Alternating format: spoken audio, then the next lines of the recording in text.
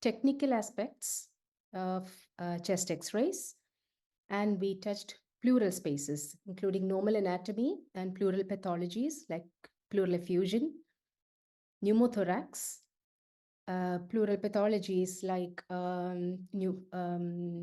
pleural plaques, and then the normal appearance of fat pad at the cardiophrenic angles. So on this session, whatever has been highlighted in yellow, so trachea, heart and mediastinum, diaphragm and Hila. So these are the topics that will be covered today. Right. So mediastinum is a challenging topic, okay, even for experienced radiologists. Subtle lesions in mediastinum can be very challenging. So we shall go through the anatomy and a lot of lines and stripes in relation to mediastinum, which help you identify a mediastinal lesion. We look at heart, how to assess the borders, measure the size. We will not be touching in the details of how to assess for individual chamber enlargement of heart. Okay, we'll be overall looking at how to assess for cardiomegaly. We shall also be looking at diaphragm, at the normal appearance of diaphragm, their relative position, and certain abnormal conditions. And then the last topic would be Hila. Hila again is a very difficult or challenging topic. Obvious abnormality would be evident for everybody, but it's a subtle one that you need to be able to identify. So we shall start with a quiz for you. So we have two doctors who are joining me for this session. Dr. Emily would be taking care of the first session of quiz. Over to you, Emily. Hi, so we're starting off with a quiz, and then Dr. Sujith will go through some of the teaching, and then we'll revisit the quiz afterwards. But if you'd like to put your answers in the chat, then that'd be perfect. So the first question is...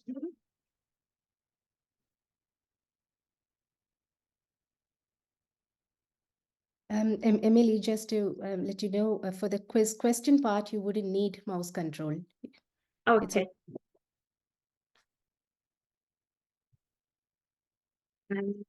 So should we go through to the first question? So we've got a 60-year-old male, and they've previously had right lung surgery. And does the trachea look normal to you?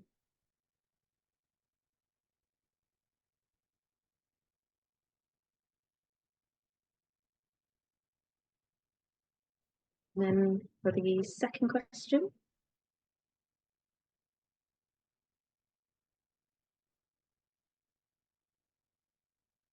we have a 55-year-old male with cough and hemoptysis. And can you see the abnormality here, and what is it?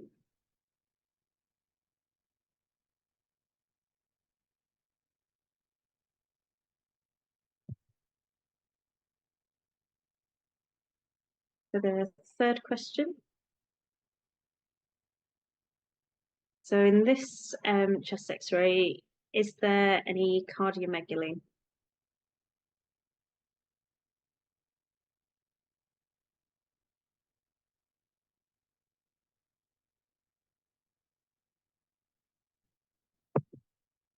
And for the fourth question,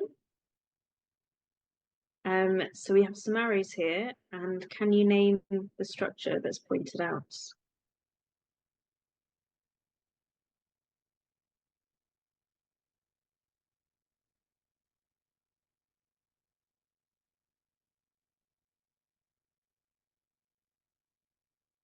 For the next question, we have a middle-aged female who presents with 6 to 8 months of chest discomfort. So can you see what sort of abnormality is here?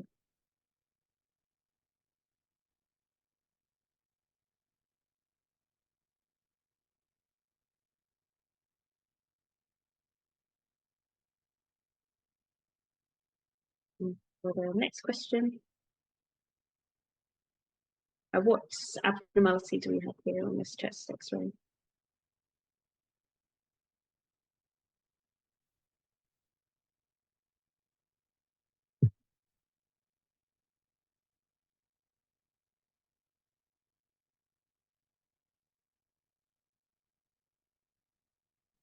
And the next question. So is the right zone of the diaphragm normal in this chest X-ray?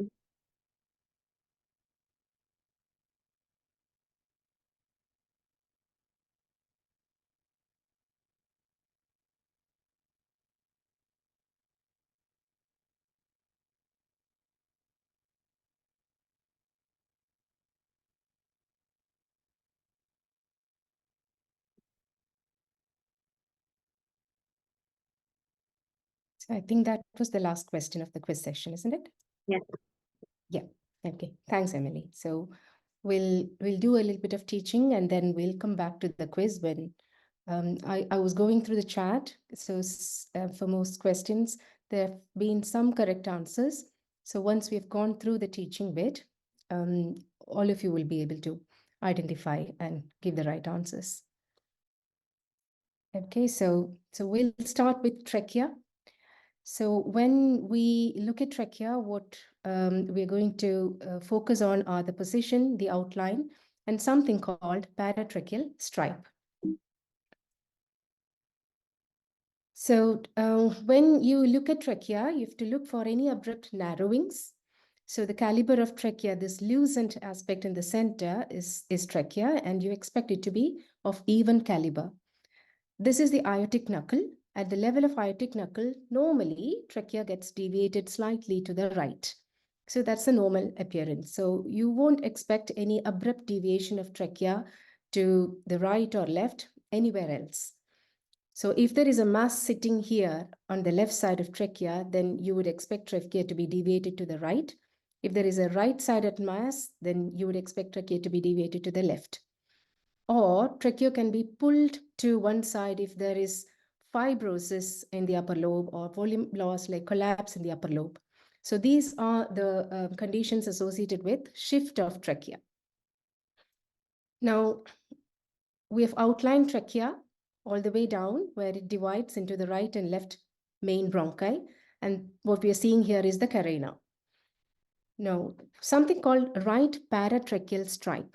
Okay, so right paratracheal stripe is actually the right wall of trachea, which is very well seen because there is air medial to it by the luminal air and outer to it by the right upper lobe. So the right wall of trachea is very well outlined by air, both inner to it and outer to it. So usually it's around 2 to 3 millimeter in thickness, and it has to be less than 5 millimeter. 5 millimeter or above, or anything more than 4 millimeter is abnormal thickening. That means there is some disease process going on. And the most common cause of a thickened right paratracheal stripe is enlarged lymph nodes.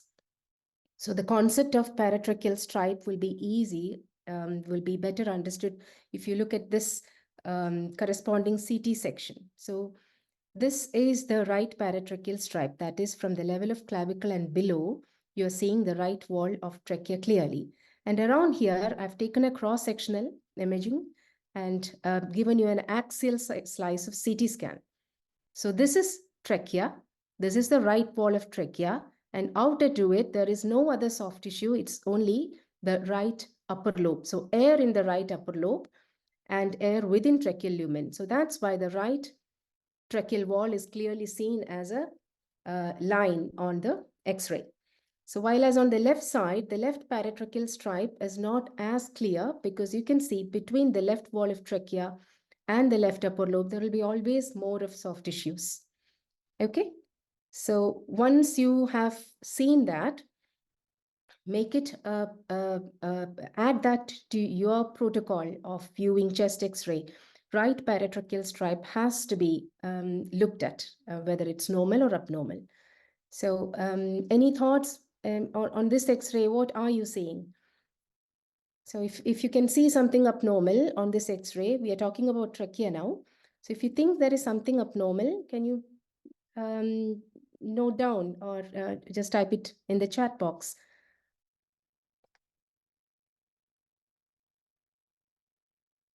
So that's right. So there is right paratracheal stripe widening. So this is the right paratracheal stripe. So let me go back to the previous slide. So the previous slide. So this is how a normal right paratracheal stripe should look. Okay, this is thin. Okay, it should not be thick. And we come to our case, look at how thick it is. It's widened, right? So this is abnormal. So I'm not sure whether you can see it on this X-ray or not. Well, the main purpose of this X-ray was to show the widened paratracheal stripe, but there are several small nodules throughout the lung fields. So this was a case of metastatic disease, metastatic lung nodules and metastatic mediastinal lymphadenopathy. So it's very easy to overlook this kind of thickening, which when you look at it, you know there is definitely something abnormal. So moving on to the next slide. So this is a case where you can see very obvious, very obvious thickening or widening of the right paratracheal stripe. So that indicates mediastinal lymphadenopathy or a mediastinal tumor. In this particular case, you can see the added opacities within both upper lobes, added opacities and some fibrotic changes. And this was a case of pulmonary tuberculosis. So the most common causes for widening of the right paratracheal stripe are lymphadenopathy. And then you can apply your logic. Anything that sits there, a tracheal tumor, that can cause widening. A right upper lobe tumor sitting here, that can cause widening. Any other mediastinal tumors sitting there, that can cause widening. Mediastinitis, pleural effusion, where it's separating the pleural layers here, that can again cause widening. Okay, so but the most common cause is mediastinal lymphadenopathy. So moving on to the next slide. So that's about carina. So this is carinal angle. Okay, so the carinal angle is usually acute, less than 90 degree, about 40 to 80 degree. Why is that important? So there might be lesions sitting here, just below the level of carina, and when they enlarge, carina will get splayed. So our only clue might be a splayed carina or a widened carinal angle. So that's again something we look at when we are looking at we are assessing mediastinum. So that was about trachea. So moving on to heart and mediastinum. Now we'll be looking at the borders, the size, shape. There are certain lines and stripes and displacement. Okay. So when we look at the mediastinum, we are not focusing on the lungs here. We are looking only at the mediastinum here. The density that is in the center, that is the result of bones in the front and back and the mediastinal soft tissues. So right from sternum, and then the soft tissues of the mediastinum, including heart, the vessel superior vena cava, the aorta, the pulmonary artery, the trachea, the esophagus, the lymphatics, the veins, all these soft tissues add to the mediastinal soft tissue density. And posteriorly, you have the spine, which further adds to the density that you're seeing in the center of the X-ray. Okay, so something which you have to look at is when you're looking at a heart in a well-centered X-ray, then almost 2/3 of the heart is projected to the left side. It's a left heart forms about 2/3 of the total cardiac shadow, while only 1/3 forms the right heart shadow. Okay, this can be variable. This doesn't have to be the same for everybody. It may be variable. If you look through the left side of heart, what you're seeing is the lower lobe of left lung. And through the right heart, you're seeing similar density. So one important aspect that you have to keep in your mind is both the right side of heart and the left side of heart, when you look at it, it should have the similar density. So if one side looks whiter than the other, means there is some abnormality sitting there behind the heart, that's either in the lower lobe or extending from the posterior mediastinum. So the density seen through the heart should be the same on the left side as well as the right side. Okay, so that's again an important aspect. Now, moving on, we are looking at the borders of heart and mediastinum. The right heart border is formed by right atrium. And above the right atrium, the right heart border is formed by superior vena cava and higher up by the brachiocephalic vein. Now, left ventricle forms the left heart border. Above it, there is a small strip, which is the pulmonary bay. So that corresponds to the main pulmonary artery. So this is usually straight or concave. When there is pulmonary arterial hypertension or when the artery dilates, this comes out as a bulge, a convex bulge there. Okay. So above that, we have the, oh, sorry.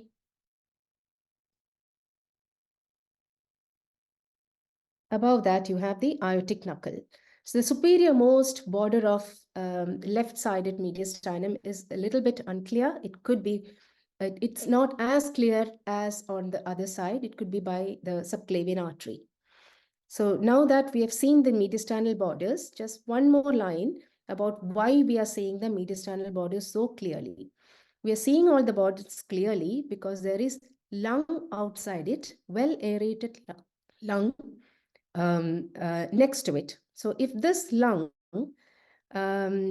gets abnormal, say, for example, a collapse happens or a consolidation happens, taking away the air from the adjacent lung, means that particular border of mediastinum will be lost because there is no more air in the adjacent lung to outline the mediastinum. Okay, so that is an important concept, which is called the silhouette sign, which we'll see again and again during this session and during the sessions with lungs, which helps us to actually locate a pathology. Okay. Yeah. Now, certain changes occur as we age. Atherosclerotic changes occurring in aorta can result in something called unfolding of aorta. So I'm going to the previous slide. Just see how compact the aorta is. We are only seeing the aortic knuckle and then a compact outline of the descending thoracic aorta next to the spine. The ascending aorta does not contribute to formation of mediastinal contour in a normal person, okay, in a young person. So as we age, the aorta unfolds. So something which was previously very compact now unfolds. And so what happens? The ascending aorta now starts forming part of the right mediastinum. You can see the calcific densities in the aortic knuckle, all because of atherosclerosis. Descending thoracic aorta also has unfolded and it's now wider. It occupies a wider contour. Okay, so this is commonly seen with age. And so this is just to know, so this is a young person with a compact with looking aorta, and this is unfolded aorta. So this is a normal change that you can see in the elderly. Now moving on to measurement of heart size, this is actually something, a recap of what we had last time. So to measure heart size, the prerequisites are it has to be a postero-anterior film, is patient in the erect posture with adequate inspiration and a tube film distance of 180 centimeter. Now, in an AP film, and if the patient is lying supine or if the patient has not taken an adequate inspiration, you can get a false impression of cardiomegaly. Okay, so these technical factors can affect the quality of the film and give us an impression of cardiomegaly. So this is a postero-anterior film and this is an AP film. This is again a recap from last time. In a postero-anterior film, X-rays go through the posterior aspect and come out through the anterior aspect and fall on the X-ray receptor. And this is the resultant X-ray. Whereas on the AP, the X-rays go through the anterior aspect, come out through the posterior aspect of patient and then it has to travel a certain distance before it falls on the receptor. During that time, you can see the X-rays continue to diverge. So because of that, by the time it falls on the receptor, there will be a degree of magnification of the more anteriorly situated structures, for example, heart and mediastinum. So that's why there is an inherent magnification on the AP films.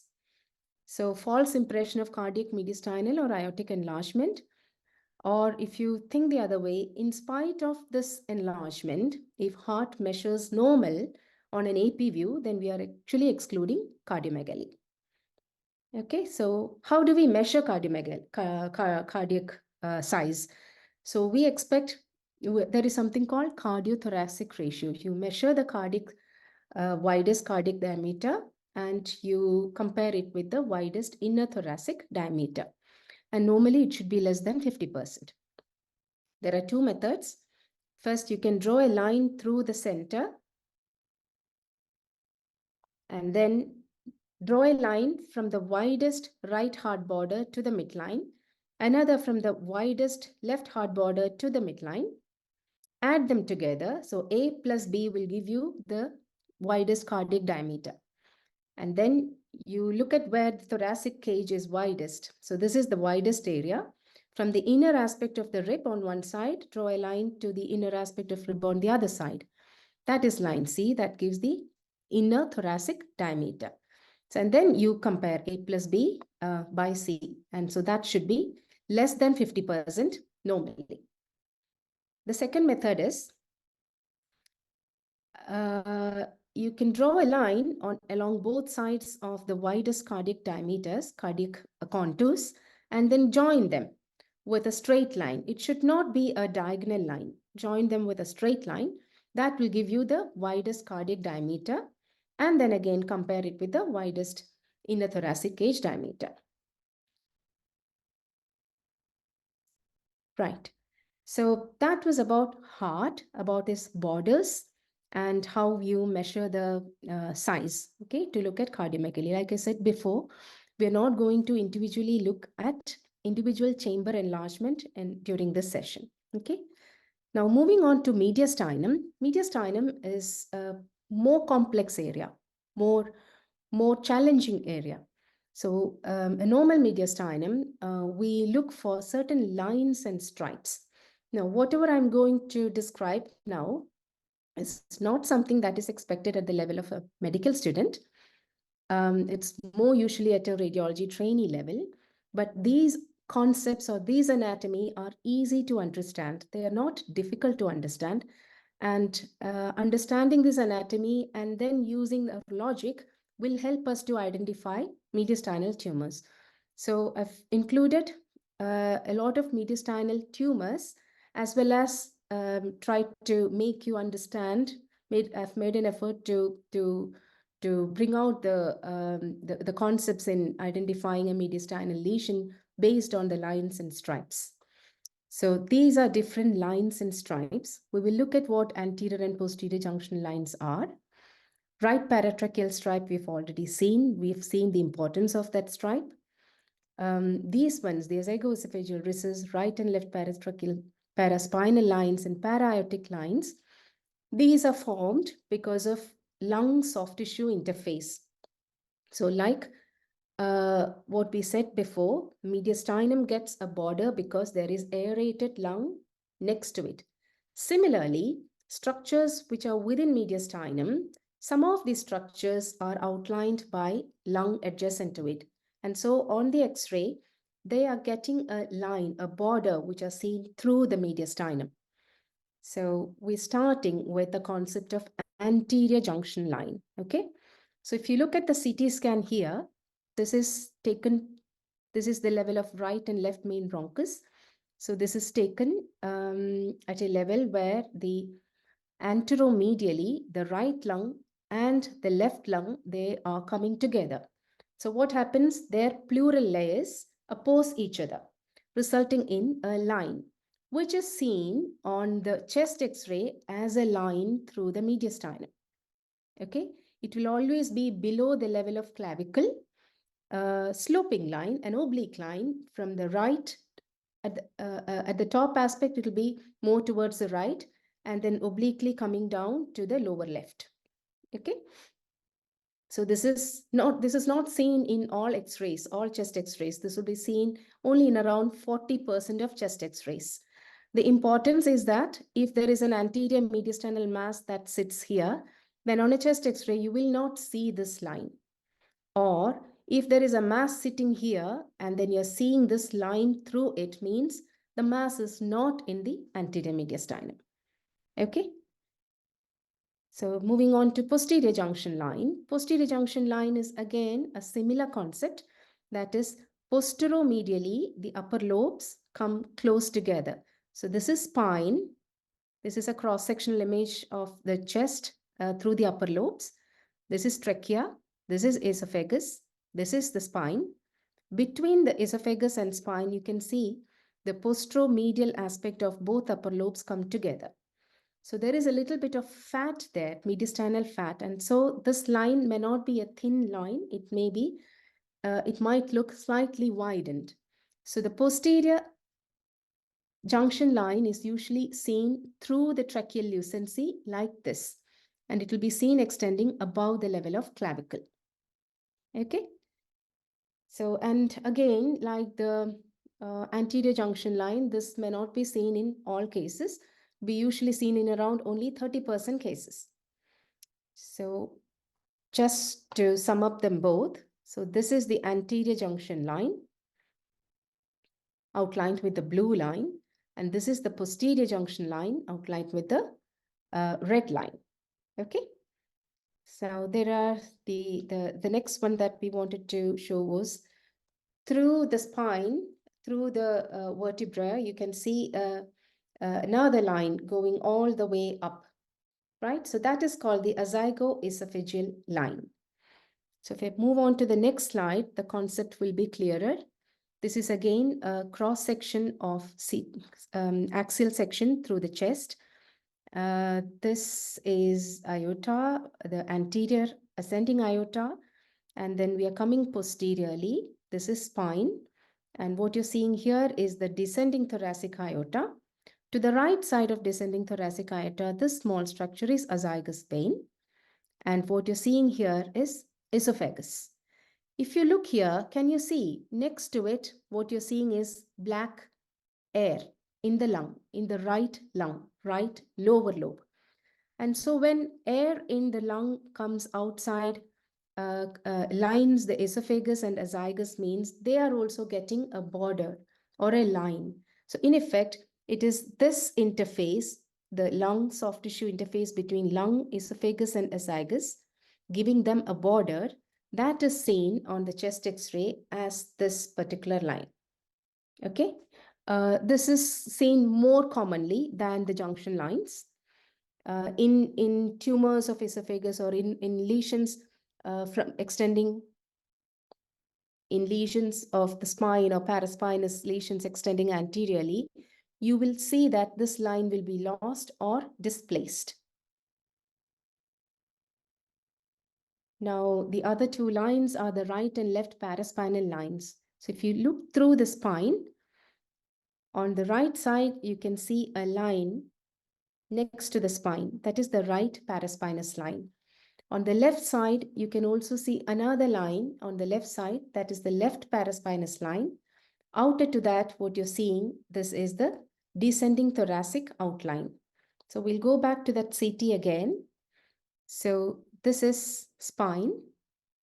And here we have the right paraspinous soft tissues. And outer to that is the air in the right lower lobe. So the air in the right lower lobe with soft tissue interface gives an outline to the right paraspinous soft tissue. And that is seen on X-ray as a right paraspinous line. Okay. Now the left paraspinous line and descending thoracic outline, again, the same concept. If you look at the descending thoracic aorta, next to it, what you're seeing is black air in the left lower lobe. Similarly, this is spine, and next to spine, the soft tissues, the paraspinal soft tissues are seen well on the X-ray because there is air outlining it in the left lower lobe. So the concept is clear, isn't it? Any structure which has air in the lung lying next to it will get a border or will be getting an outline on the X-ray, be it the mediastinum, be it the diaphragm, or be it some of the structures within the mediastinum. So these are the lines and stripes of mediastinum which are going to help us in identifying a mediastinal lesion. Okay, so I hope this part is clear. Um, so if you have any clarifications at this moment regarding any lines or stripes, can you just write it down in the chat box for me, please? It's because now we are going to move on to another section. So please can repeat first lecture. First lecture means, so can you clarify? Is it something regarding the clarification of the lines here? So we will be looking at these lines again as we look at the cases. So things will be more clear when you see the next slides. Okay. Now there is something more that you have to understand, that is called silhouette sign. Silhouette sign will come across multiple times during this series of lungs and mediastinum, because that's a very important sign in chest X-ray, which help us to identify pathologies and localize pathologies. So we already know that a structure, a mediastinal structure or mediastinum or diaphragm, they get a clear outline because there is normal aerated lung next to it. So silhouette sign is loss of or elimination of the normal silhouette because of some abnormality in the lung there. So either lung is abnormal like collapse, consolidation or tumor, or maybe a mass, a mediastinal mass may be displacing the lung from away from there. So this results in loss of normal aerated lung adjacent to that particular structure, which will result in absence of the contour of that particular structure on the X-ray. Okay. So in practice, an intrathoracic lesion, if it abuts the heart or mediastinum or diaphragm, then it will obliterate or efface that border on X-ray. Or if an intrathoracic lesion is not anatomically contiguous with a border, it will not obliterate that border. The concept is clear, isn't it? So if a lesion is not touching a particular structure, means that particular structure will still show the border on X-ray because it will still have air next to it. So this is called silhouette sign. Right, so now we are moving on to looking at some of the mediastinal lesions. So before that, there are several classifications for mediastinum. So we are, here I'm showing you the classification, Felson's classification, which divides mediastinum to anterior, middle, and posterior. So this is a lateral X-ray. Anteriorly, you are seeing this is sternum. Posteriorly, what you're seeing, this is the thoracic spine. Now, imagine a line that is going up from the, okay, before that, this is heart shadow. And behind heart shadow, we have the other mediastinal contents, structures. Okay, so for division of mediastinum, we have two lines. The first line, just imagine a line going up from the dome of diaphragm along the posterior aspect of heart, goes up. This lucency is trachea. So this line is going along the anterior wall of trachea all the way up, and it ends there. Okay. The second line again is an imaginary line that starts from the dome of diaphragm, goes all the way up about 1 centimeter posterior to the anterior vertebral margin. About 1 centimeter posterior to the anterior vertebral margin. So this is the second line. So between sternum and the first line, we have anterior mediastinum. Between the first and second lines, you have the middle mediastinum. And posterior to it, you have the posterior mediastinum. Okay? So anterior mediastinum has heart, part of ascending aorta, mediastinal fat, etc.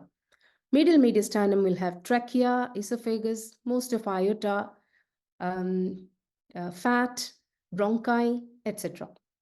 And posterior mediastinum will have the paraspinous, the structures behind the spine and the paraspinous structures. Now, if you look here, the anterior mediastinum ends here, while let me explain, it's not very clearly seen, but this is sort of the level of the upper aspect of sternum, or the level of sternoclavicular joint, or the level of clavicle. So you can see the anterior mediastinum, it ends there, right? So above the level of clavicle, you don't have anterior mediastinum. Anterior mediastinum ends at the level of clavicle. Whereas if you look here, posterior mediastinum goes higher up above the level of the clavicle. Okay, so this concept, this anatomy has important applications in identifying certain lesions. So this classification of mediastinum is clear, isn't it? So we have a line going from the diaphragm along the posterior heart border. It goes up along the anterior border of trachea all the way up. And this is anterior. This is middle mediastinum, and behind the second line is the posterior mediastinum. Now, mediastinal lesions can appear as increased areas of density. Now, if there is a big mass sitting in the mediastinum, it's very easy to see it. But if it's a very small mass, then there are certain subtle signs that we should be looking for, or that will draw our eyes to that abnormality. One is increased density, or it may cause some subtle alteration of the mediastinal contours. Now, it may efface certain mediastinal borders, or efface or displace certain mediastinal lines and stripes. So we'll see some examples going forward, okay? I hope until here it's clear, right? We have looked at certain lines and stripes. You don't have to remember them in detail. We have seen the classification here. Now, as we go through some examples, the concept will be more clear to you. Now, we look at certain common mediastinal abnormalities. So any thoughts as to what you're seeing here? So would you like to write it on the chat what you're thinking?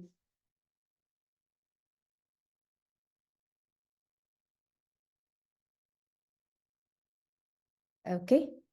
Okay, so somebody has given us aortic aneurysm. So I'm just seeing the chat here. Like, please repeat the silhouette sign slide. So I'm just going back for that. Okay, so somebody has asked to repeat the silhouette sign. Silhouette sign is, so let me explain to you. Silhouette means the contour, the border. So the mediastinum gets a border because there is air lying outside it in the lung, right? So what if that particular lung is consolidated? There is no more air which outlines the mediastinum, right? So say, for example, let me go back to an X-ray. Let me go back to... Okay, let me go back to this X-ray. So look at the right heart border here. The right heart border is very well seen because there is air in the right middle lobe lying next to it. Okay, so if right middle lobe is consolidated, means there is no more air in the right middle lobe. So what will happen? The right heart border will be obscured. You will not see right heart border when the right middle lobe outlining the right heart border gets consolidated, or that air is displaced due to some kind of pathology. Did you understand? Similarly, the left heart border is clearly seen because there is air in the left upper lobe, or the lingular segment of the left upper lobe. So if the left upper lobe gets collapsed or consolidated, or this air in the left upper lobe is displaced due to some reason, that means on the X-ray, this left heart border will not be seen. It will be effaced because there is no more air there outlining it. So this is the concept of silhouette sign. Okay, so elimination of the normal contour because the lung there is now abnormal. There is no air there to outline that particular structure, right? So we will see that when we move to some of the slides. So somebody did correctly answer. So we did see that the thoracic aortic outline, it's usually a very compact outline lying next to the spine, isn't it? So in this particular case, you can see there is a tortuous, dilated looking descending aorta. This is the displaced descending thoracic outline, and it's going tortuous all the way, crossing to the right and going down to the abdomen. So this is just to draw your eyes to some abnormal mediastinal pathologies. Okay, so this should strike you as abnormality in the mediastinum. So you can clearly see the left heart border, right? So the heart border is not effaced. So heart is in the anterior mediastinum. So this lesion, although it is overlapping the heart shadow, it is not causing obscuration of the heart border. So that means it's not in contact with heart, right? And we are clearly seeing the widened, displaced, descending thoracic outline. So this is a case of dilated or aneurysmal descending thoracic aorta. So this is another commonly seen abnormality on chest X-ray. Would somebody like to write on the chat what you think this is?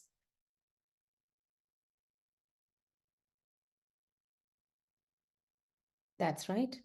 What hernia?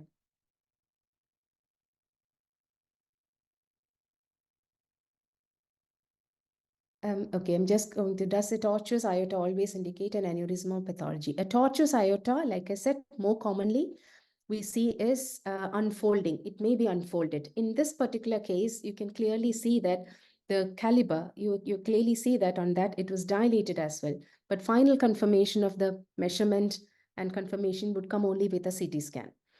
Unfolded aorta again can have a widened contour, and it may be sometimes very difficult to say which it's aneurysmal or just unfolding. Okay, so you've rightly said this is the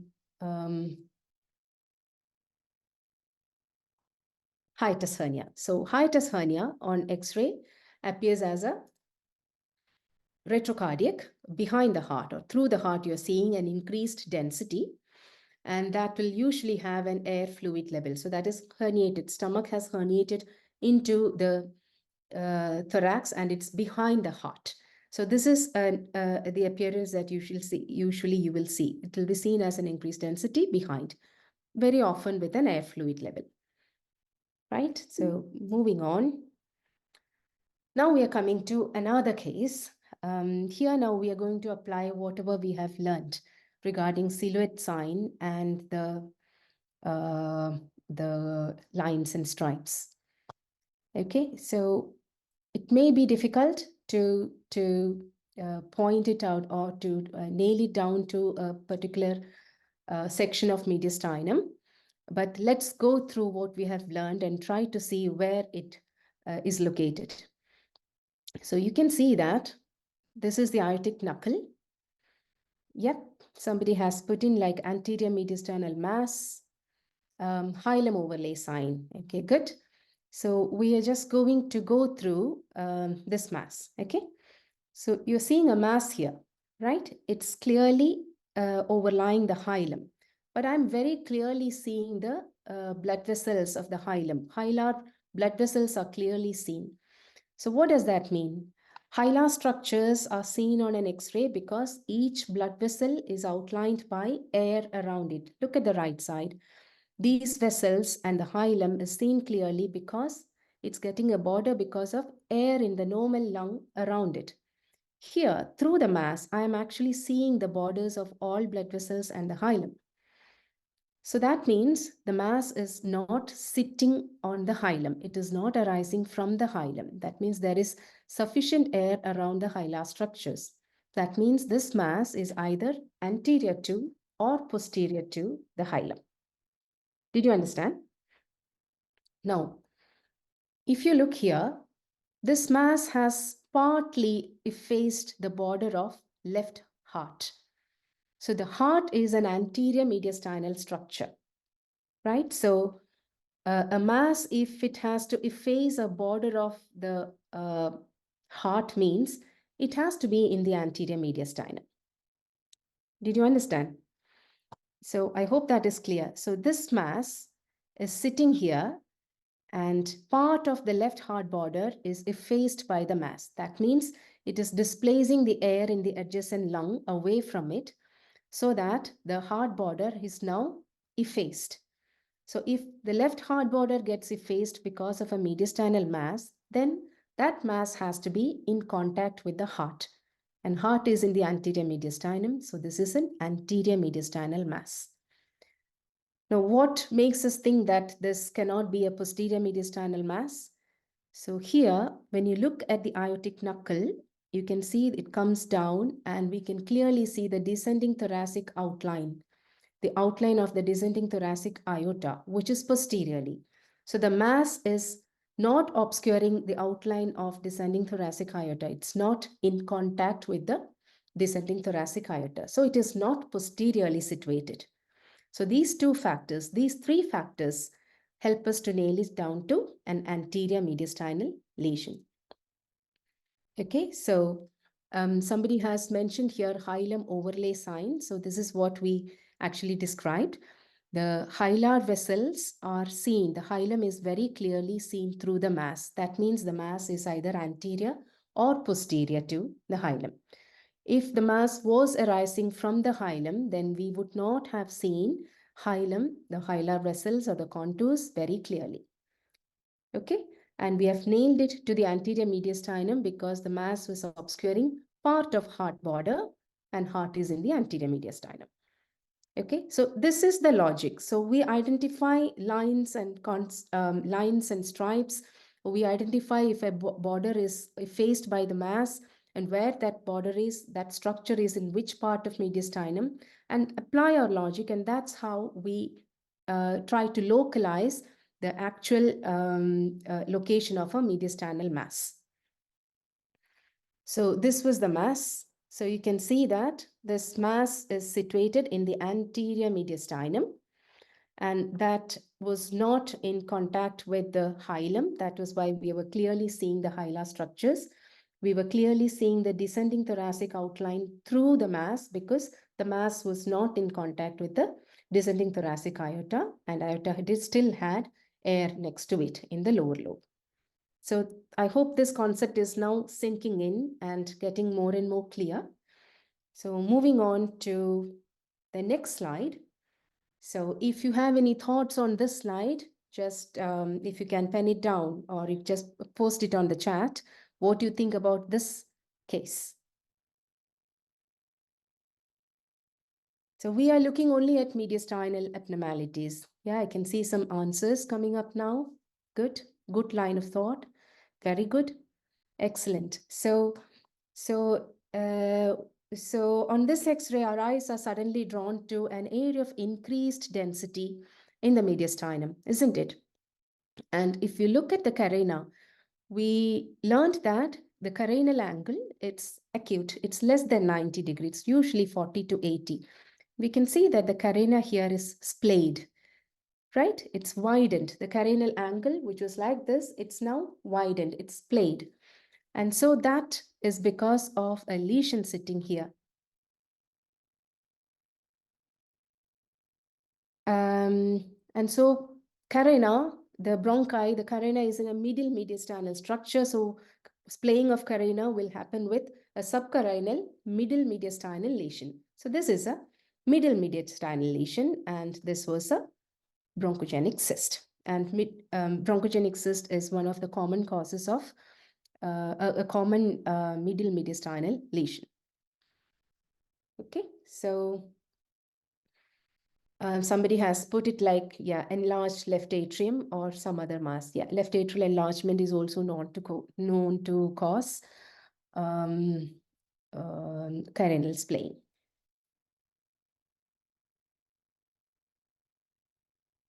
So if you look through the mass, I can see part of the, somebody has answered, is there a displacement of esophageal line in this? So I can sort of see the azygoesophageal line up till here, and beyond that, through the mass, it's not very clear. It's not very clear. So that again puts the mass in the middle mediastinum, and only CT would have shown it very clearly how much of displacement of azygoesophageal line is actually happening at that line. It's a very good question. So because it's in the middle mediastinum, if it's subcarinal, so that is a large enough lesion, so that could have resulted in displacement of the azygoesophageal line. So moving on to another lesion where we are trying to understand another concept here to identify or localize a mediastinal mass. So any thoughts? If you can post it so we can see answers coming up. Good, good, good. Yes, we can see answers coming, like posterior mediastinal lesions. Yeah. So everybody has clearly seen this as the mass, right? So we are talking about this mass, right? So how to approach this mass, how to localize this mass? We can see that it's arising from mediastinum. It's got a very clear, well-defined border towards laterally, and its medial aspect is effaced with the mediastinum. So how do we approach this kind of a case? So let me go back to the concept that we have of anterior, middle, and posterior mediastinum. So here we have a division of mediastinum with these two lines, and we know that anterior mediastinum ends here at the level of clavicle. So if an anterior mediastinal lesion goes above the level of clavicle into the neck, means there is no air anteriorly to give it an outline. So above the level of clavicle, an anterior mediastinal lesion will be ill-defined. It will not have a clear definition, of clearly defined border. Whereas if a lesion is situated in the posterior mediastinum, we can see it goes above the level of clavicle. This is the level of clavicle. It goes above the level of clavicle, and there is air in the lung apex that can give it a border. In other words, if a mediastinal lesion is seen to go above the level of clavicle and has a clearly defined border, then it has to be in the posterior mediastinum and not in the anterior mediastinum. Is this concept clear? Yes, it's because the anterior mediastinum ends here, and any lesion that goes above the level of clavicle does not have air next to it to give it a border, right? Whereas posterior mediastinal lesion has got air in the lung apex, even if it goes above the level of clavicle. So if a lesion, a mediastinal lesion, which goes above the level of clavicle, has a clearly defined border, that means it is in the posterior mediastinum. Okay, so this is the difference here. So we have a case here. There is a mediastinal lesion which fades. Its borders are not seen above the level of clavicle. The lung, air in the lung that is seen, it's more posteriorly and in the apex. Okay, so there is no lung anteriorly to outline this lesion. So this is an anterior mediastinal lesion, right? Whereas here we can see this mediastinal mass, although it goes above the level of clavicle, has got a very clearly defined border throughout. Even above the clavicle, it's defined well. And that's why this is a posterior mediastinal mass. It cannot be an anterior mediastinal mass, right? So that concept is clear as well, I think. And that is, these are names by which they go. They are known as, that is the cervicothoracic sign. So it's more important to understand the concept so that you can nail it down to the correct location of mediastinum. Right, and so we move on to the, so what about middle mediastinal mass? So middle mediastinal masses, Please, can you repeat the slide of aortic aneurysm? So we may not be able to go back that far. We are also running a bit short of time. I think I was supposed to have completed mediastinum by now. So, so, so we're just moving on. So understand this concept, and during the break time or at the end of the session, I can go back to the slides and uh, and clarify your queries. Okay. So cervicothoracic sign, repeat is cervicothoracic sign is when understand this concept. So anterior mediastinal mass will not have a clearly defined border above the level of clavicle. Okay. If it has a mediastinal mass has a clearly defined border above the level of clavicle, it is in the posterior mediastinum. Middle mediastinum is most of the contents, the trachea, esophagus, aorta, etc. So we look for things like splaying of carina, displacement of azygoesophageal recess or the line, and for obscuration of aortic knuckle, etc. Okay. So moving on to another case, again, we are going to apply whatever we learned till now.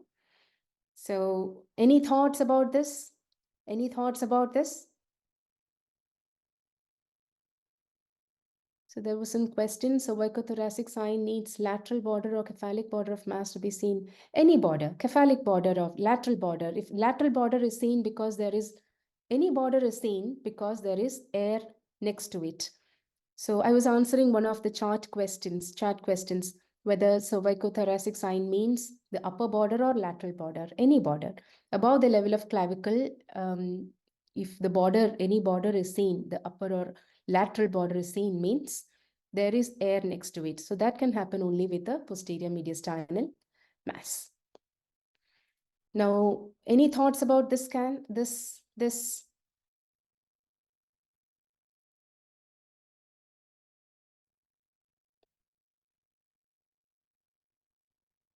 anterior, posterior, no hilum overline sign. Okay.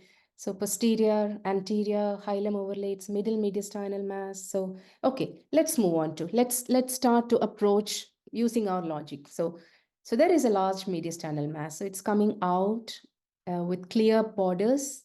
Okay. So it has clear borders because there is, the lung there is normal. Now, I can clearly see the structures of hilum through it. The hilar vessels, the borders are very clearly seen. That means this is not arising from the hilum, right? It is either anterior to or posterior to the hilum. Clear? Now, if you look through the mass, I can very clearly see the left heart border. That is, the mass is not obscuring or effacing the left heart border. Heart is in the anterior mediastinum. So this mass is unlikely to be in the anterior mediastinum. Yep.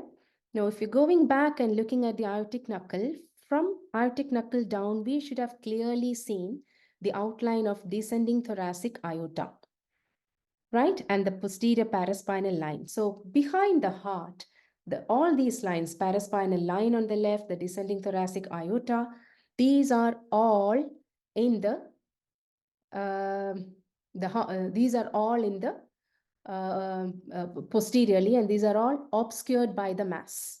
Okay, so there is one question here. Heart is in the middle mediastinum. So let me clarify this to you. So there are several classifications. We are following Felson's classifications. The diagram which I showed you, we have shown the first line with an imaginary line from the diaphragm along the posterior aspect of cardiac border up along the anterior tracheal border. So heart is in the anterior mediastinum. Okay, so we are following this classification. And so an anterior mediastinal mass will efface the heart border. So this mass is not effacing heart border, but it's effacing lines which are seen posteriorly. That is the posterior paraspinal stripe and the descending thoracic outline.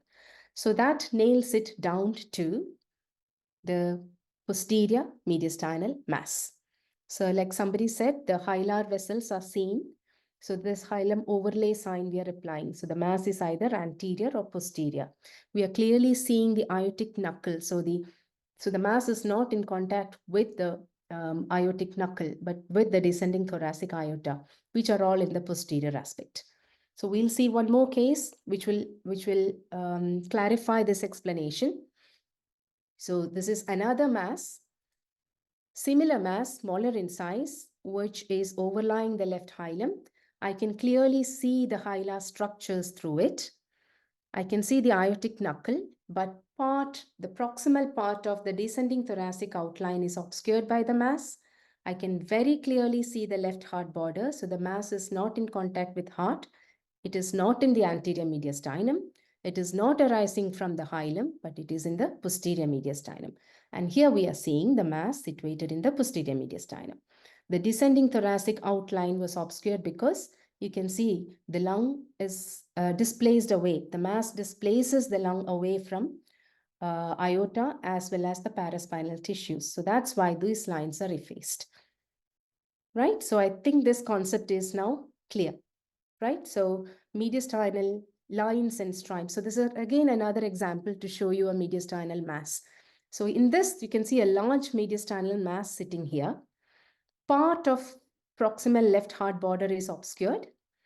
We can clearly see the descending thoracic aortic outline through the mass. So it is not posteriorly.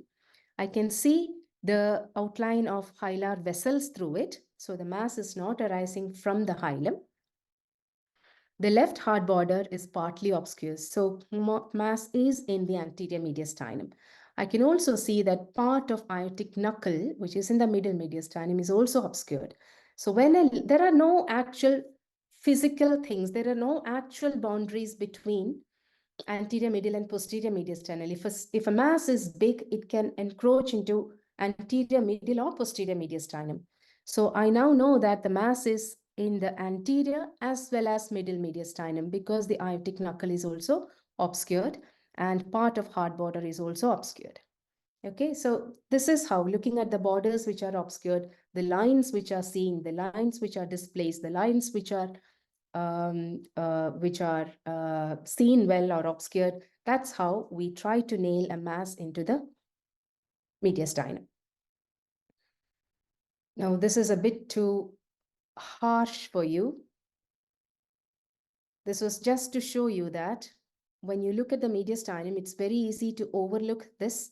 So this is a laterally displaced right paraspinal line. So that line, paraspinal lines can go below the level of diaphragm, okay? So this is a paraspinal line, and this was later found to be a paraspinal soft tissue mass. It was investigated and found to be tuberculous paraspinous abscess. Okay, so it's a bit harsh on you, just show you the importance of looking through the mediastinum at the lines and stripes. Okay, so this is a laterally displaced right paraspinal line.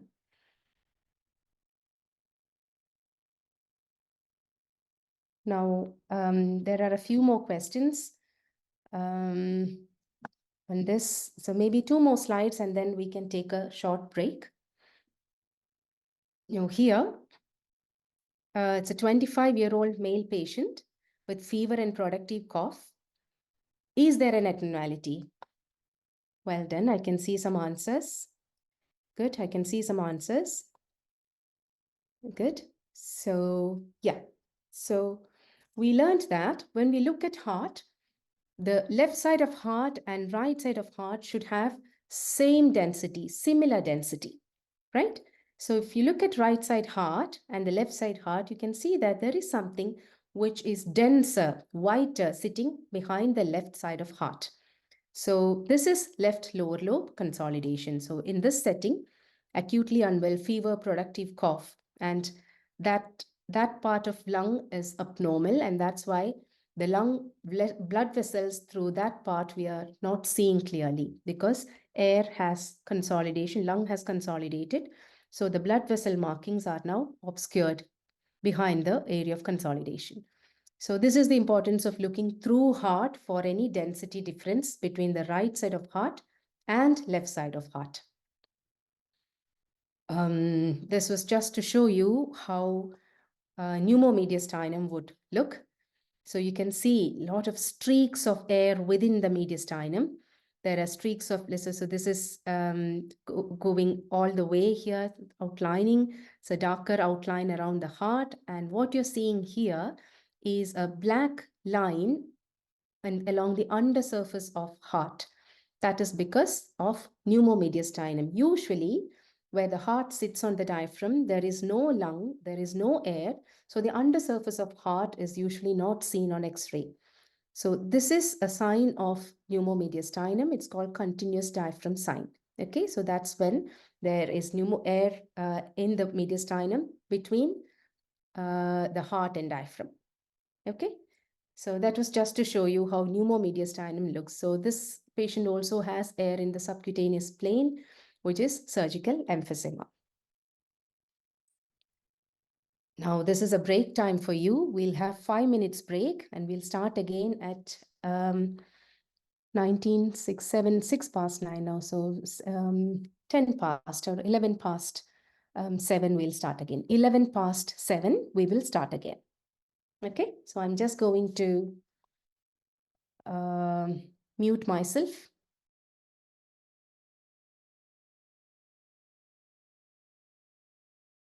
That have come up.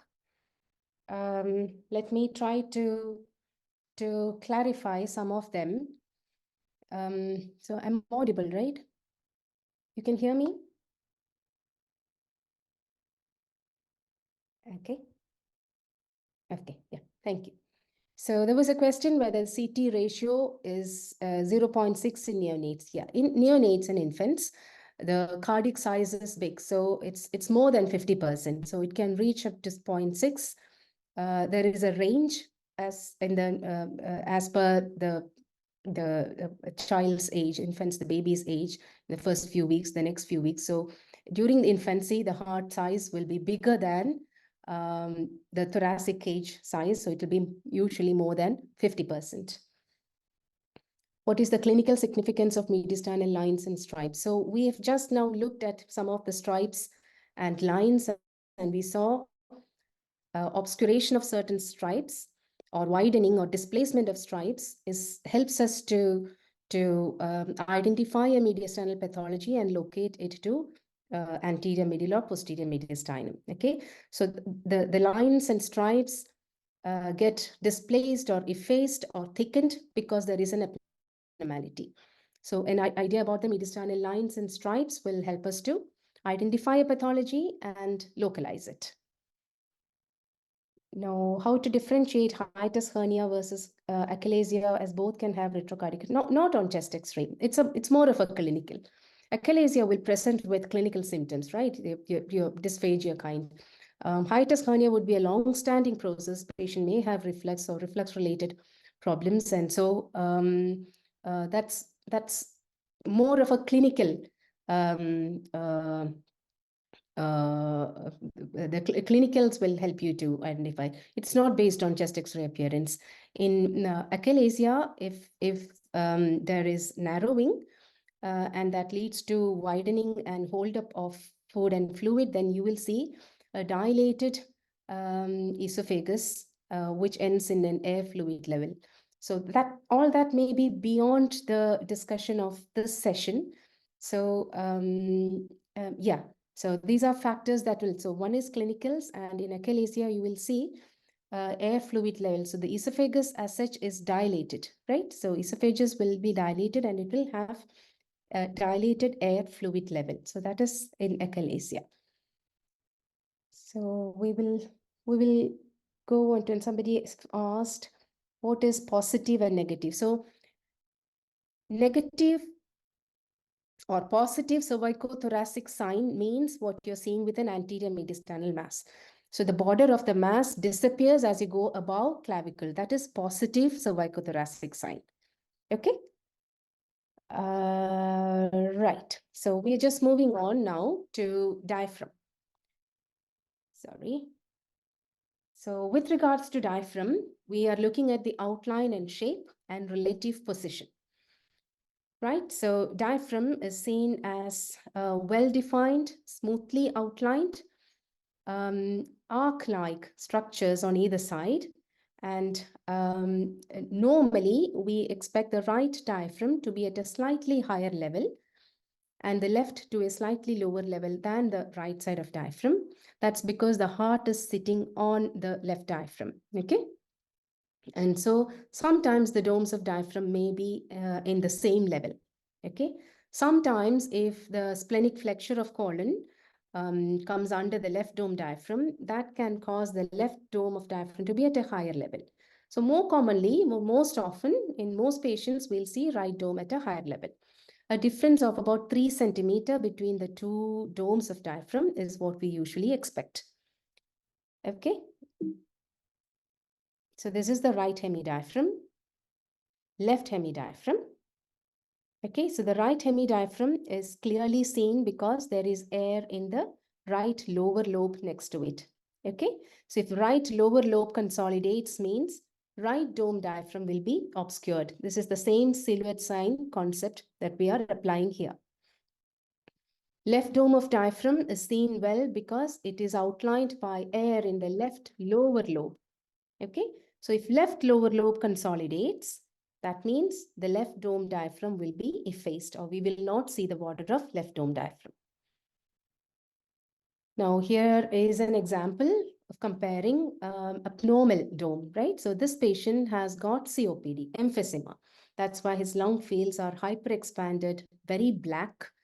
And it's over time, the hyperinflated lungs, what have they resulted? They have resulted in flattening of the domes of diaphragm. So the domes of diaphragm are now flattened here. Look at the now smooth semi-arc-like diaphragm here and the flattened diaphragm. So that's you get in COPD, emphysema. And we have a, sorry, what am I? Okay, so this question. So there is a question for you here. Look at this X-ray and post your comments on the chat box. What do you think? Is it normal or abnormal? Abnormal, good. Yep, good. So any thoughts as to what it can be or how will you approach this? Hepatomegaly can cause or eventuation of diaphragm. Okay, good. So we are just moving on to, so when this kind of an X-ray comes up to me to report in the normal routine chest X-ray pile, my first thing what I would do will be look at previous films. I will look in packs and to see if I've got any old films to compare. So the film which I have got now is the 2015 X-ray.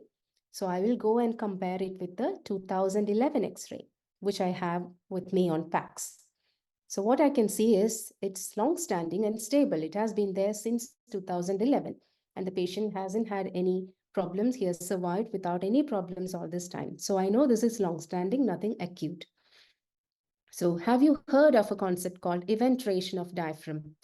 Eventration of diaphragm is commonly seen as a congenital abnormality. So it can affect either the entire dome of diaphragm or more commonly a focal part of diaphragm. Okay. So what happens is the muscular part of diaphragm becomes deficient. There is no muscular part in that particular area, and it is replaced by a membrane-like tissue. So when the rest of muscular diaphragm contracts during inspiration, this membrane doesn't contract. It stays like that. And over time, it stays there like a fixed hump on the diaphragm. So when diaphragm contracts, it flattens, and the hump or the eventrated part of the part which is deficient in musculature doesn't contract and stay like a hump. And this is called eventration of diaphragm. So this is long-standing eventration of right hemidiaphragm. And this is focal eventration of right hemidiaphragm. You can see a fixed hump on the right diaphragm. So this is very common. In a routine X-ray reporting pile, it's very common. You will see multiple, on multiple X-rays during a single session, you will see eventration, right? So that brings us to a wide differential of raised hemidiaphragm. So I will not be detailing this now because we'll be going through the differentials on another session that's coming up later. I think it's around the fifth or sixth session, I think. So there we will look at differentials for various pathologies, various abnormalities, okay? So eventration is one of the common causes, one of the most common cause of a raised diaphragm. So now we are going back to the quiz, and Emily would take over from now. Would you like mouse control, Emily? Yeah. Let's see. Um, With you now. So we're back to the original quiz questions we had at the beginning of the session, and we're just going to go through the answers as well. So if you click once, it will move to the next slide. Yeah. Oh, yes, yeah, perfect. Thank you. So we had a 6-year-old who had previous right lung surgery. Oh, oops, I've gone too far. No, if you click, it will move the slide. If you don't click, just hover the mouse around, it will be in the same slide. But the moment you click, it will move to the next slide. I see. So on this one, we've got tracheal deviation to the right. I don't know if you can see my mouse at all. We cannot see your mouse. Oh, yeah, we can see now. no? Yeah. Yeah. And so as you can see, the trachea is sort of deviated over to the right here, and you've got a lot less volume in the right lung compared to the left lung, and this is because of the previous right lung surgery.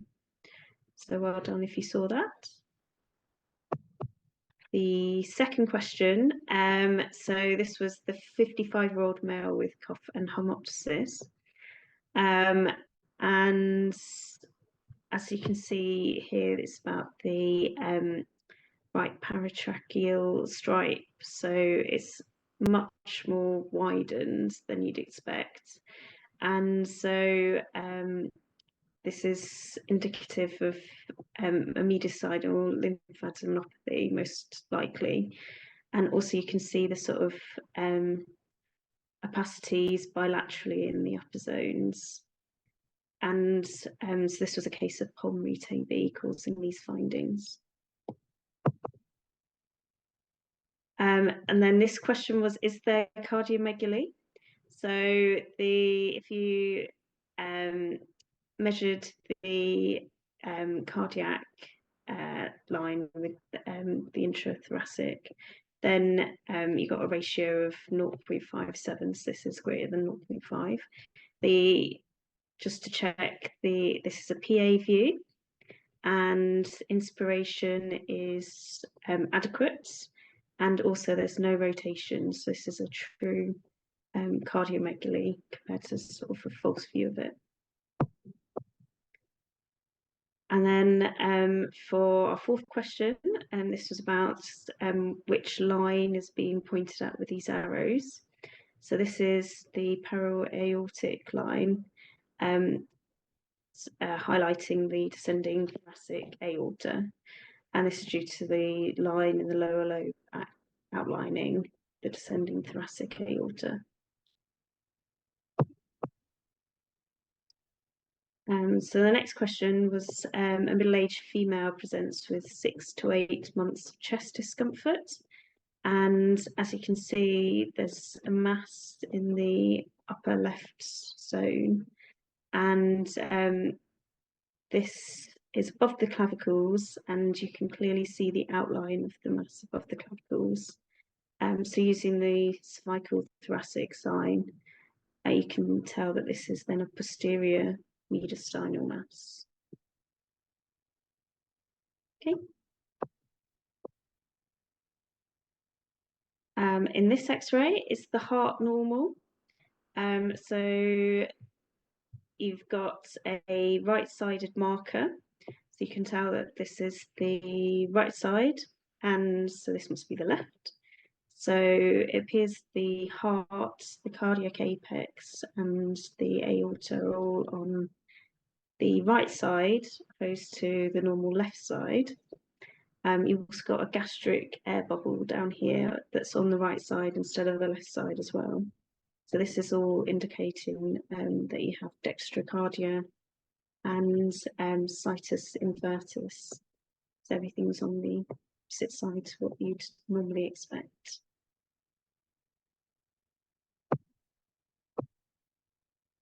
And lastly, we have is the right dome of the diaphragm normal? And it doesn't really look very normal. As you can see, there's a sort of hump on the right hand side. This is due to a fecal ventration. And that's the end of the quiz for the first half. Thank you. Thanks, Emily. So I'm just taking the mouse control back from you. Okay. So if you, yeah. Thank you. So we will move on to the next session, which is on Hila. Okay. Hila is again a very important topic. Again, subtle hilar pathologies can be easily overlooked if we are not applying, if you're not careful enough to look at the hila, interrogate the hila. Okay. Obvious masses will be obvious to everybody, but there are certain things that you carefully look when you assess hila. So the quiz for you before we start teaching on hila. So we have Shiraz here who will be taking over from me for the quiz. Over to you, Shiraz.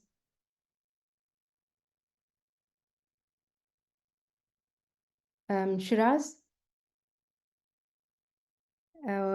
we cannot hear you. You have to unmute yourself.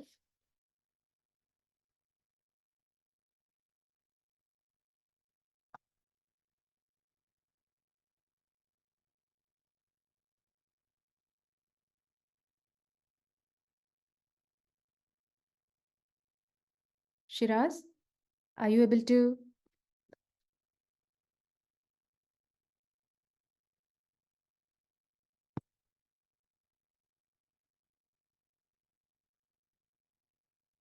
Dr. Sujit, can you make Shiraz co-host again? I think he got disconnected.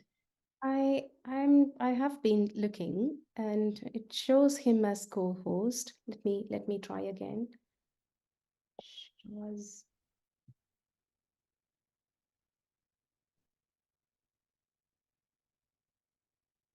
Give me one moment, okay? Just give me one moment. I'm just going to mute myself for a while.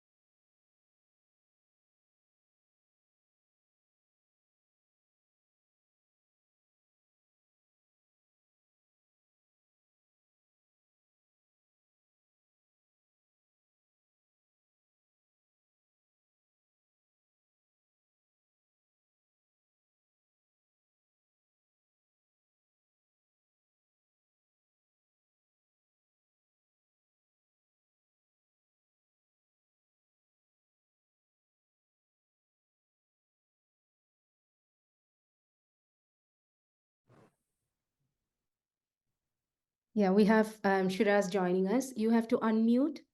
And yes, then... can you hear me? Oh, yes, we can. Yeah. Perfect. I'll Okay, move sorry the about slides for you. No, that's okay. That's okay. I'll move the Perfect. slides for you. Okay, so we're going to do another quiz like Emily just nicely did. So this is specifically focusing on the Hila. So if you guys can just let us know, we'll give around 5 to 10 seconds. So is this Hila normal or abnormal?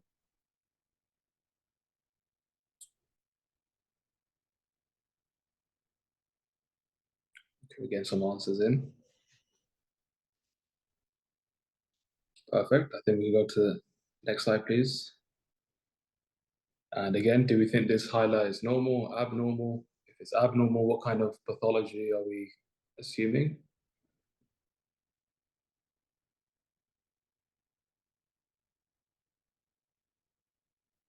Okay.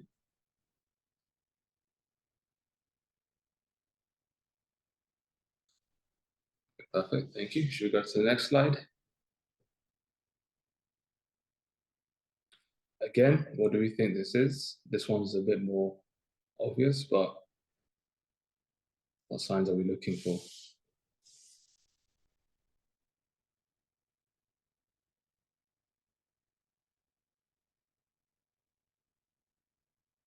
Okay. We go to the next slide.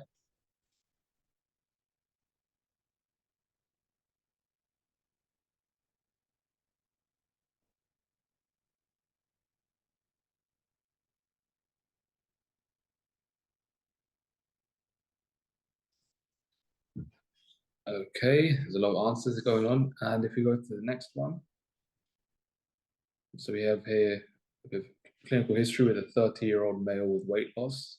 So what do we suspect for this case?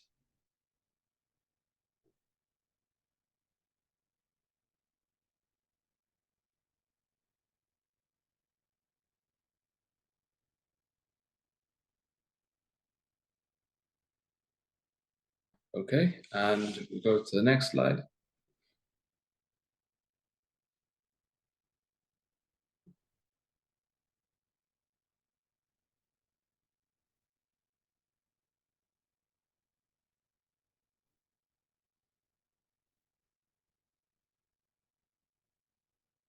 Perfect. I think that's good. I think that was the last slide of the quiz, That was the isn't it? last slide. Yeah, yeah, that was the last slide. Yeah. Thanks, Firas. Yeah, I'll take Thank you, over Dr. from Sid. here. Thank you. So we will just now go through Hila, how to assess Hila on a chest X-ray. So if you look at this picture, we can see the bronchi. The Hila is that part where the bronchi, the vessels all enter the lungs. Okay, so this is the pulmonary artery, there are pulmonary veins, there are lymphatics, there are bronchi.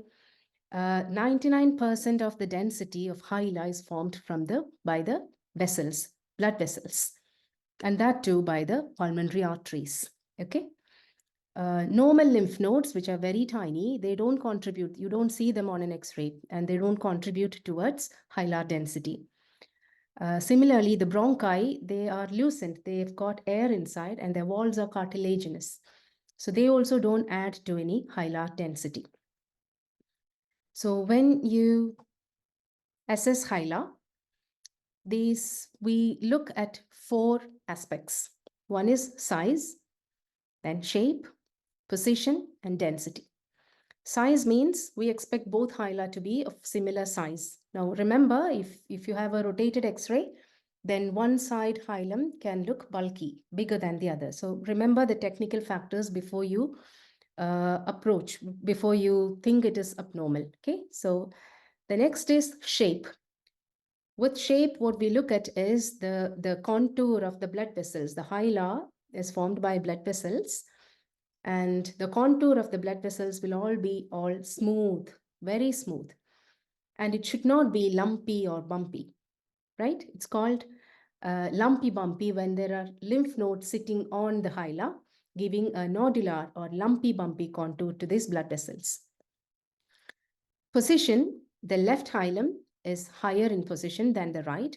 We look at all these things in detail and in the next few slides, okay? And density, you expect both Hila to be of similar density. If there is a lymph node sitting on one hilum, then that hilum would look denser than the other. So we're looking at the size, shape, position, and density. So if you look here,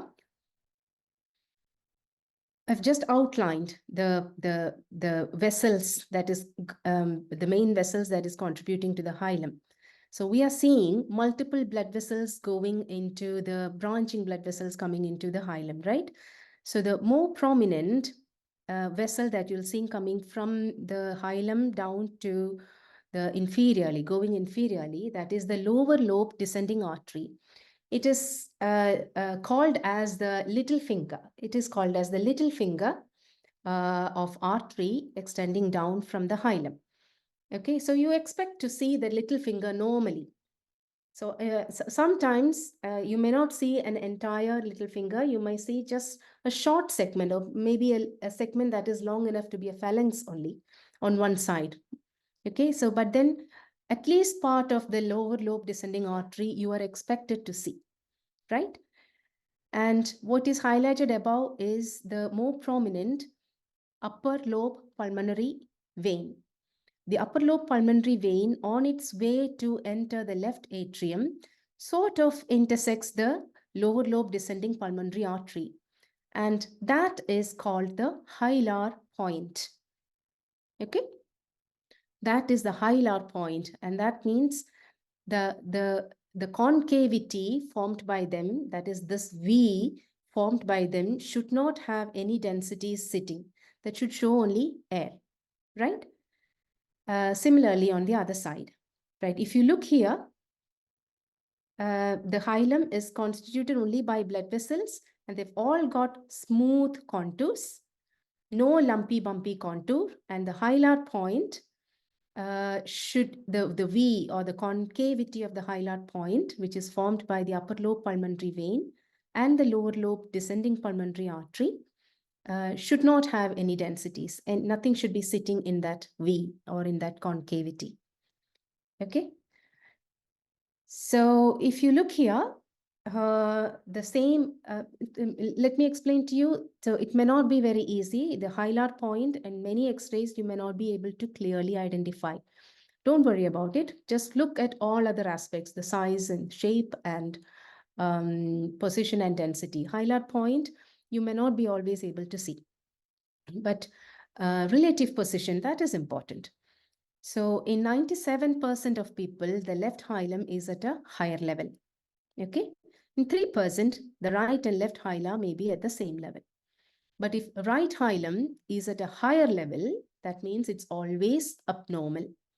Okay. A right hilum above the level of left hilum is always abnormal. Now, what are the abnormalities that can result in a right hilum being above the left hilum?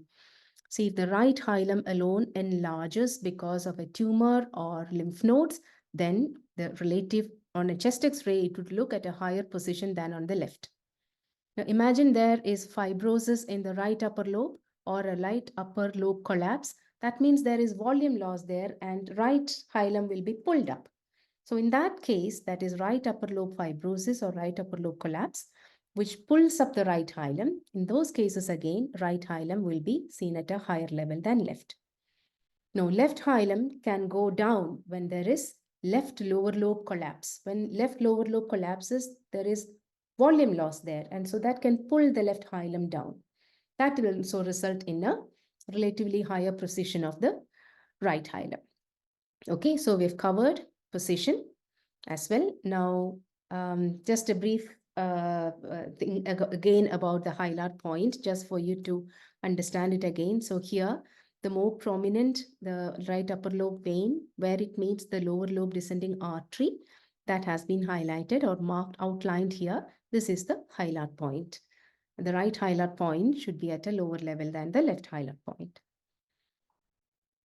Now, density. Okay, moving on to density.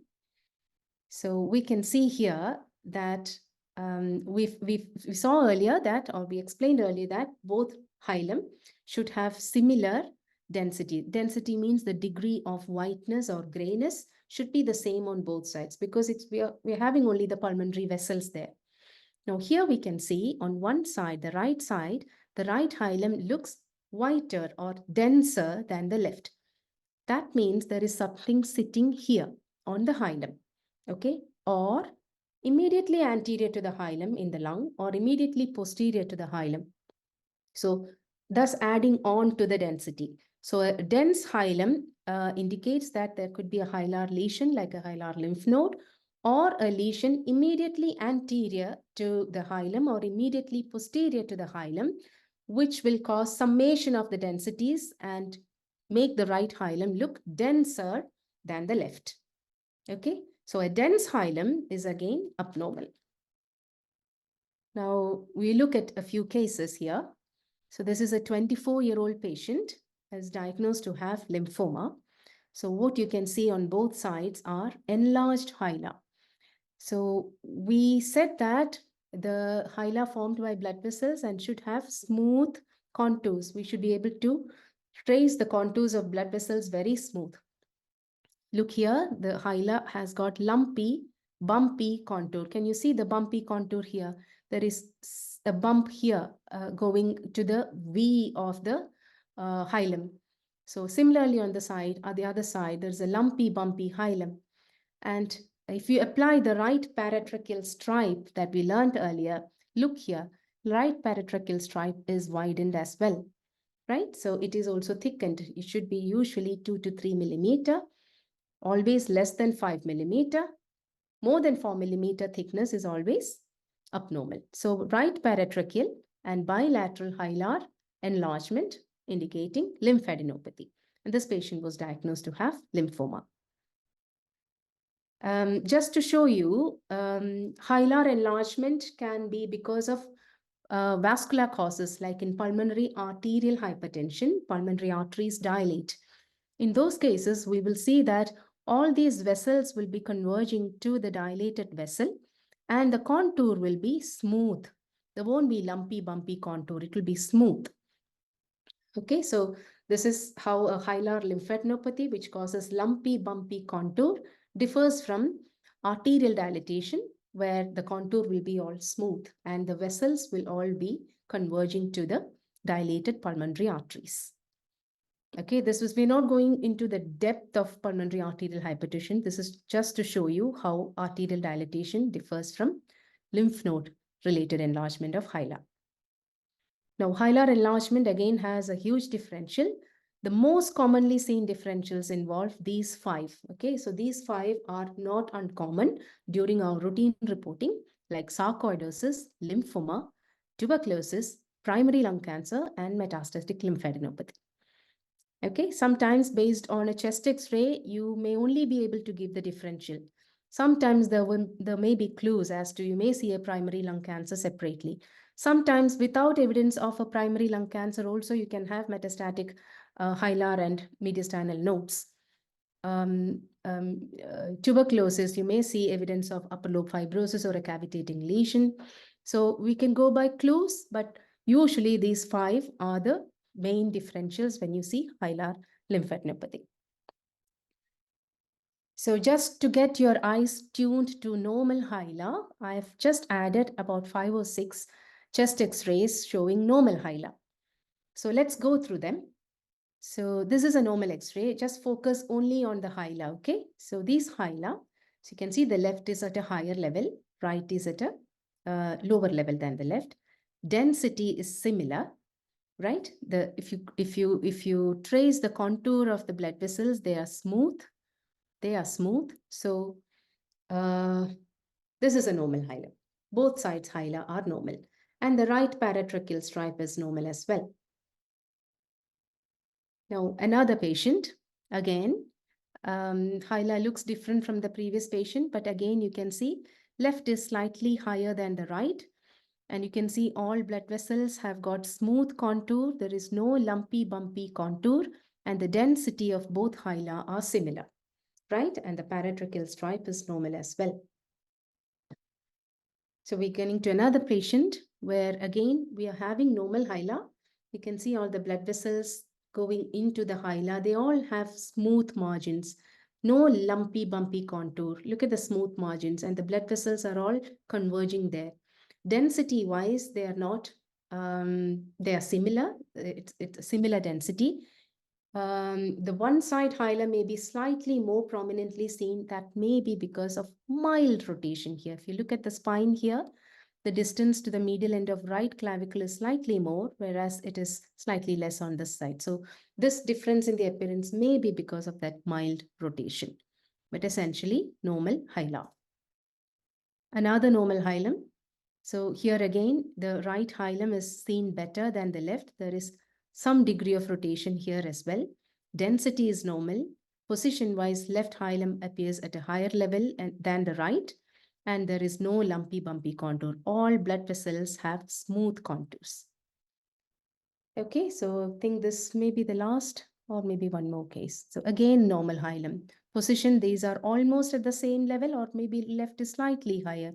Smooth contour, the lower limb, lower lobe, finger of descending pulmonary artery, a short part of descending pulmonary artery is seen here. Smooth outline, no lumpy bumpy contour, and no increased density. So this again, one more case of normal hilum, okay? Again, normal size, normal density, normal position, and normal smooth contours.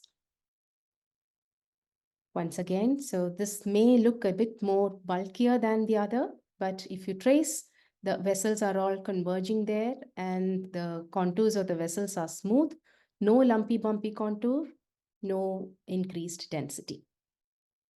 All right, so that brings us back to the quiz again.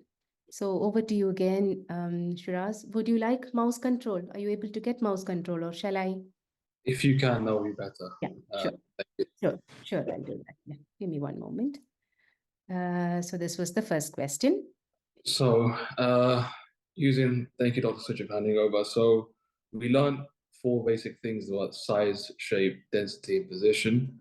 So, this is a chest X-ray of a normal hilar. We can see the left hilar point being above the right hilar point.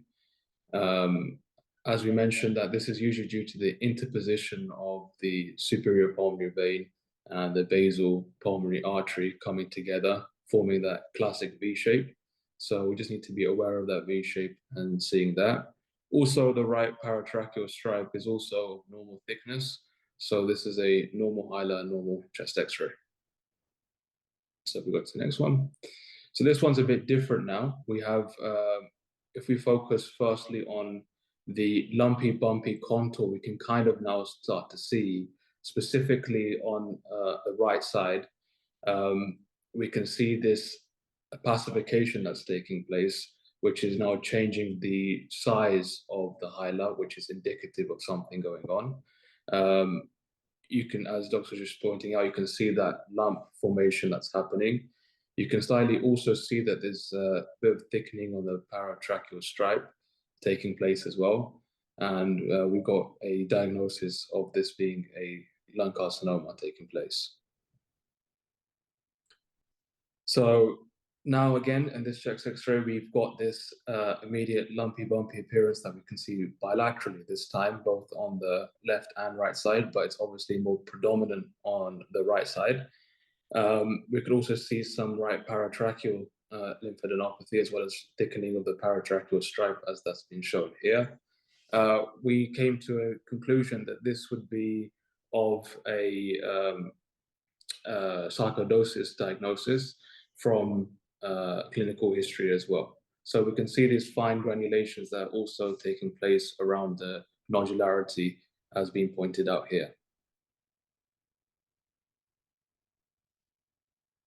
Here we're seeing, again, some bilateral bulky hilar, this lumpy, bumpy appearance that could be seen. And this is a classic picture of bilateral hilar lymphadenopathy that could be seen on both sides. Now, differentials for this could be TB, sarcoidosis, as mentioned before. So if we go to the next one. Okay, so we had a 30-year-old male with weight loss, and the question was, is this chest X-ray normal? And here we can see some right paratracheal and bilateral hilar lymphadenopathy taking place. There is thickening of the slight thickening of the right paratracheal stripe, but not significant as enough for the last times. For this case, we had a case of lymphoma. As we can see, this mass and nodularity formation alongside the hilar, which is changing the density and also the shape. Here we can see a dense right hilar taking place, and this is specifically right hilar lymphadenopathy, again giving that classic lumpy, bumpy appearance. We can also see some tiny granulation formation, these striations that we can see on the side. as being pointed out here. And in this case, this could also be a case of lymphoma of the soft tissue mass in this region. That was the last slide of the quiz, wasn't it? I think is there one more? No. Oh, that no, was that's the last one. Yeah, perfect. Thank you. So Thank you so much. Thank you. thanks, Shiraz. So we've come to the end of this session. So this was a difficult, challenging topic where we have trachea, heart, mediastinum, and hila and diaphragm. So how do you, so there are lots of questions. So why sarcoid? So in that particular, so this was the question that you wanted to know, why sarcoid, right? So there are some lung changes. So it's a chest x-ray. You know, the 5 differentials that we gave, the top 5: sarcoid, lymphoma, TB, primary lung cancer, metastatic lung cancer, metastasis. So these 5, we just prioritize them depending on clues from the x-ray. Okay, so here bilateral hilar and right paratracheal lymphadenopathy with some classic appearance of nodularity along the lung fields. So that's why sarcoidosis was thought of as the first diagnosis here. And this was proved to be a case of sarcoidosis indeed. Okay, so what are the other questions? What is the other questions? Is it possible to provide us with the first session recording? Unfortunately, we cannot provide you with recordings of these sessions. So somebody had asked how to do this lymphoma sarcoid, and on X-ray, there is a limit to what we can say. Okay, so bilateral hilar and mediastinal lymphadenopathy, those 5 differentials would come, and those 5 should be in your mind, and there may be clues guiding you to more in favor of one of the diagnosis, but then finally a CT and a tissue diagnosis will give you the final diagnosis. With chest x-ray, there may be clues guiding you towards one side, like if the patient has got hepatosplenomegaly, or is the patient is known to have some lumpy, large lymph nodes there, and then you may above diaphragm and below diaphragm, if they're known to have lymph nodes, means you may be going more towards lymphoma.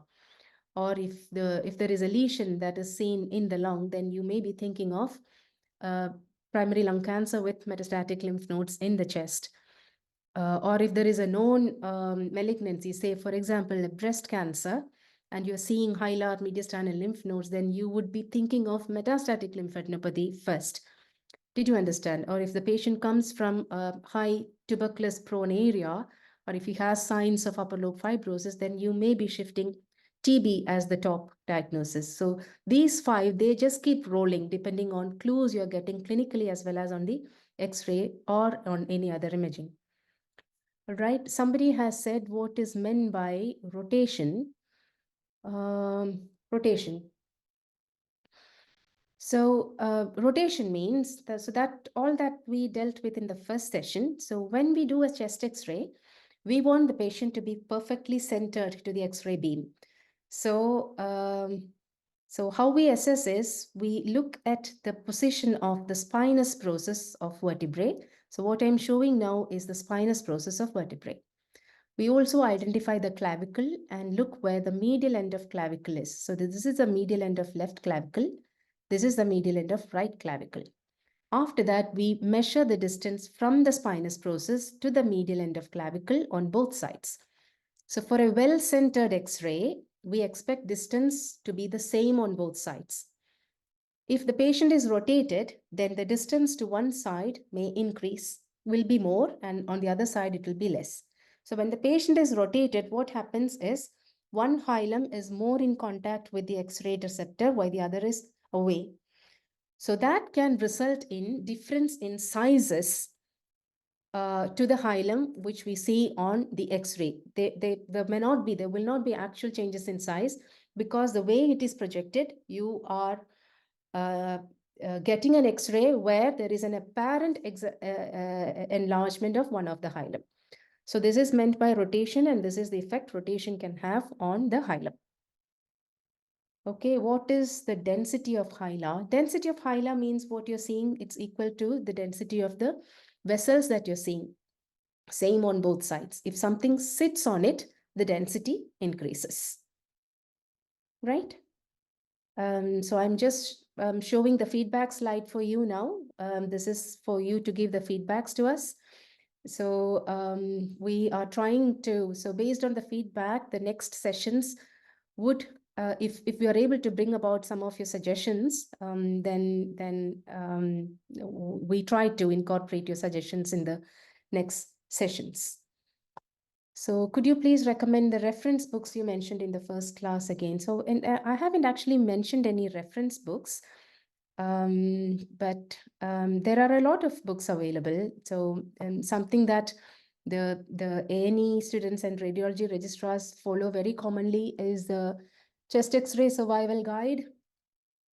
This one. So it's got very, very basic and very easy to understand explanations. So that's something which radiology trainees generally follow. So yeah, so I guess if there are no further questions, are there any more questions on the chat? Oh, it's very interesting info more.